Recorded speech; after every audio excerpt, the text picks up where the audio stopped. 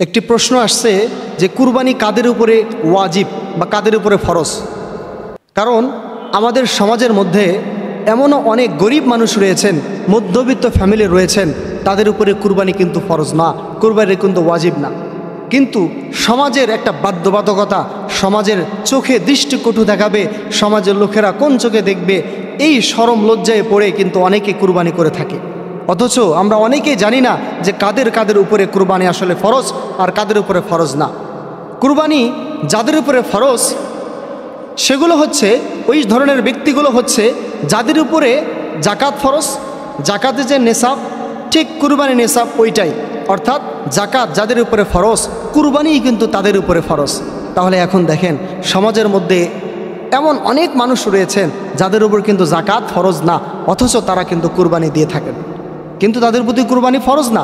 আবার এমনও লোক পাওয়া যায় যে যাদের উপর জাকাত ফরজ, তারা জাকাতও দেয় না, আবার কুরবানিও করে না। হ্যাঁ, কুরবানি করব, এত টাকা খরচ করব, এত টাকা খরচ করে আবার এগুলো গরিব দুঃখীদেরকে বিলিয়ে দিব, এটা আবার কেমন কথা? অনেকে টাকার মায়ায় এই কুরবানিটা করতে চায় না। তো জাকাত অর্থাৎ জাকাত যার উপর ফরজ, কুরবানিও তাদের উপরে ফরজ। জাকাত কাদের উপরে ফরজ?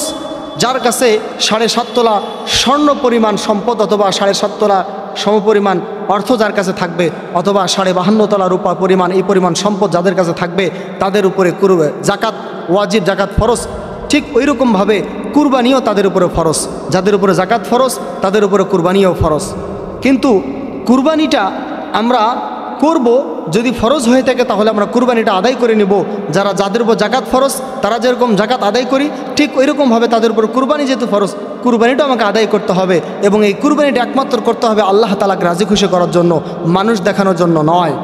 কারণ মানুষ দেখানোর জন্য যদি কুরবানি আমরা করে ফেলি, তাহলে কিন্তু সেটা আল্লাহ তাআলা দরবারে কবুল হবে না। এজন্য আমরা কুরবানি করব একমাত্র আল্লাহকে রাজি খুশি করার জন্য।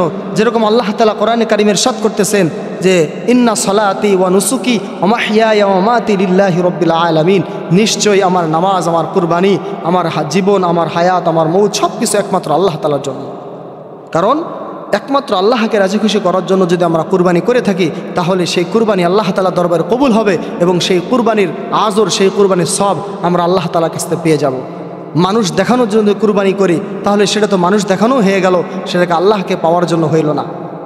আর যেটা মানুষ দেখানো হবে, সেটা মানুষ দেখানোর জন্য আপনি করেছেন, সুতরাং মানুষ দেখেছে, আপনার প্রশংসা করেছে, আপনার গুণগান গেয়েছে, সুতরাং সেটা যা সেখানেই শেষ।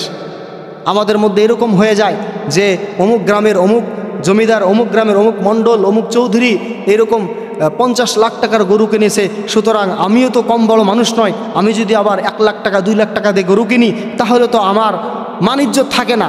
সুতরাং সে যদি 50 লাখ টাকার গরু কিনতে পারে, তাহলে আমাকেও 50 লাখ টাকার গরু কিনতে হবে।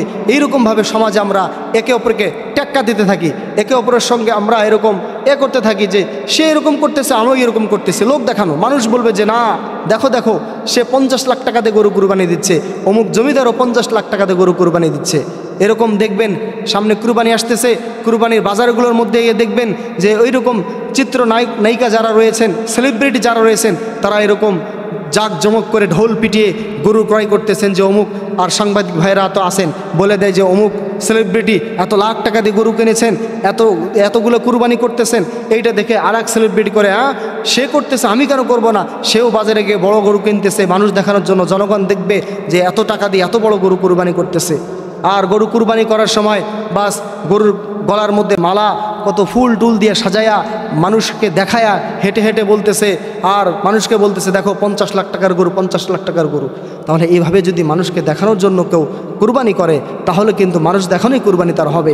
আল্লাহ তাআলা বলতেছেন শুধুমাত্র আমার কাছে রক্ত গোশত এগুলো কিছুই যায় না, তোমাদের তাকওয়া, তোমাদের ভিতরে যে তাকওয়া রয়েছে, আমার জন্য কুরবানি রয়েছে, এইটাই শুধু তোমাদের নিয়তটাই শুধু আমার কাছে পৌঁছে।